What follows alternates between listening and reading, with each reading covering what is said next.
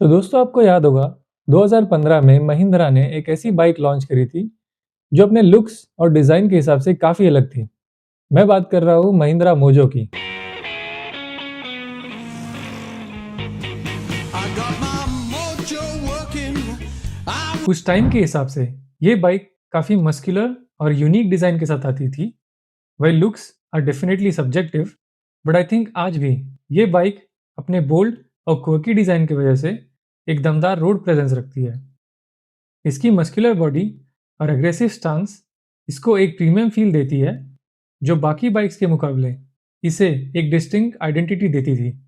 इस बाइक का one of the main talking points था इसका वियर्ड लुकिंग हेडलाइट, जो कि ट्रायम्फ स्ट्रीट ट्रिपल से इंस्पायर्ड लगता है, और इसके ड्यूअल एग्जॉस्ट। महिंद्रा इंजीनियर्स ने डेफिनेटली काफ़ी बोल्ड मूव के साथ इस बाइक को लॉन्च किया था, पर फिर भी मोजो अपने पोटेंशियल को अचीव नहीं कर पाई और महिंद्रा को आगे जाके इस बाइक को डिसकंटिन्यू करना पड़ा। चलिए इस वीडियो में जानते हैं महिंद्रा मोजो की कहानी, क्यों ये मार्केट में नहीं टिक पाई और आगे जाके ये बाइक डिसकंटिन्यू हो गई। महिंद्रा ने पहली बार इस बाइक को दिल्ली के ऑटो एक्सपो 2012 में शोकेस किया था, लेकिन इसका प्रोडक्शन तक का सफर थोड़ा लंबा और चैलेंजिंग रहा। उस वक्त महिंद्रा टू व्हीलर्स को मार्केट में अपनी जगह बनाने के लिए काफ़ी स्ट्रगल्स का सामना करना पड़ रहा था। तो लॉन्च होते होते इस बाइक को 3 साल लग गए एंड फाइनली 2015 में ये बाइक को लॉन्च किया गया। अगर फीचर्स की बात करें तो ये बाइक को पावर कर रहा था 300 सीसी का लिक्विड कूल इंजन, जो कि अराउंड 27 bhp का पावर बना के देता था और अराउंड 30 न्यूटन मीटर्स का टॉर्क प्रोड्यूस करता था, जो कि इस टाइप के क्रूजर्स या फिर टूरिंग बाइक के हिसाब से काफ़ी है। और फीचर्स की बात करें तो इसमें अपसाइड डाउन यूएसडी फोक्स आते थे, जो आजकल की बाइक्स में देखने में मिल रहे हैं। अगेन उस टाइम के हिसाब से बहुत बढ़िया चीज़ थी। इसमें डिजिटल प्लस एनालॉग स्पीडोमीटर था और ये बाइक रेडियल ब्रेक्स और 6 स्पीड गियर बॉक्स के साथ आती थी। हाँ, एक चीज़ की इसमें कमी थी जो थी एबीएस, लेकिन 2015 के टाइम पर एबीएस बाइक्स में होना एक काफ़ी लग्जरी माना जाता था और बजट बाइक्स में ये फीचर इतना कॉमन भी नहीं था। दोस्तों अगर फीचर्स की बात करें तो ये बाइक में मोर देन इनफ फीचर्स थे और आई थिंक पावर और टॉर्क भी ठीक ठाक था। मोजो के इन फीचर्स के बावजूद इस बाइक के साथ कुछ ऐसे चैलेंजेस आए जिसकी वजह से आगे जाके ये बाइक फेल हो गई। पहली और सबसे बड़ी प्रॉब्लम जो इस प्रोडक्ट में थी वो थी इसकी प्राइसिंग। कंपनी ने इस बाइक को 1.58 लाख में प्लेस किया था, जो कि उस टाइम के हिसाब से काफ़ी ज़्यादा थी। और इसी प्राइस रेंज में दूसरी बाइक्स आती थी जैसे कि KTM Duke 200, KTM RC 200, Bajaj Dominar और होंडा सीबीआर, जो कि इस बाइक से ज़्यादा फीचर्स और कम प्राइस में ऑफर कर रहे थे। महिंद्रा के पास उतना बड़ा ब्रांड रिकॉग्निशन नहीं था जितना उनके कॉम्पिटिटर्स के पास था।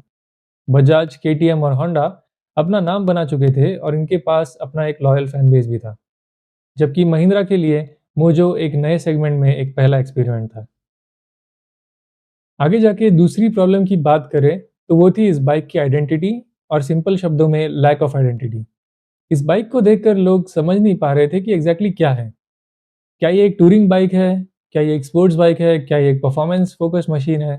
ये क्लैरिटी कभी कस्टमर्स तक पहुंची ही नहीं, और इसी वजह से पोटेंशियल बायर्स इसे लेकर हमेशा हेजिस्टेंट रहे। महिंद्रा ने अपनी मार्केटिंग और ब्रांडिंग स्ट्रेटेजी पर ज़्यादा काम नहीं किया। मोजो एक टूरिंग बाइक थी, लेकिन महिंद्रा इसको मार्केट में एक क्लियर पोजीशनिंग नहीं दे पाई। मे बी इसी वजह से सेल्स पर भी इफेक्ट दिखा। तीसरा और सबसे आखिरी कारण था महिंद्रा का सेल्स एंड डीलरशिप नेटवर्क।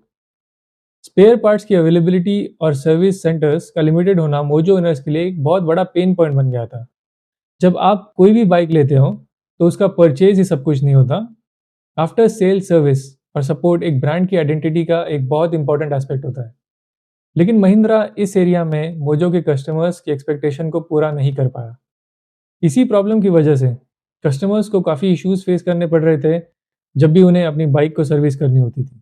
तो दोस्तों ऑल इन ऑल इन्हीं कारणों की वजह से महिंद्रा मोजो मार्केट में टिक नहीं पाई और आगे जाके महिंद्रा ने इस बाइक को डिसकंटिन्यू कर दिया। लेकिन दोस्तों महिंद्रा मोजो एक ऐसी बाइक है जो आज भी अपने फैंस के बीच एक कल्ट स्टेटस एंजॉय करती है। आज भी इस बाइक का रोड प्रेजेंस काफ़ी इंप्रेसिव है।